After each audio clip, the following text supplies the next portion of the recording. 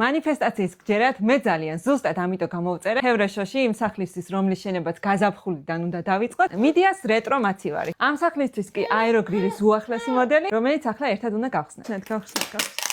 საგარანტიო შევინახოთ. ვაუ! და თუთას გავაღებინოთ, კაი. აჩე! მიდია სახლის გარსაც მალე გავაღებ. რა ხდება? მგონი ამ სიმაღლე იქნები ზუსტად ამ მაცივარს რო დავდგამთ მაშინ. ძალიან პრაქტიკული აღმოჩნდა ჩვენი პაწუა მაცივარი, ხილბოსტნის სათავსოც აქვს, ძირითადი თაროების საყინულეთ, გვერდზე სათავსოები, ნახევრად მშრალი ყინვისაა და ვფიქრობ მთის პაწუა სახლისთვის ძალიან კარგად გამოგვადგება.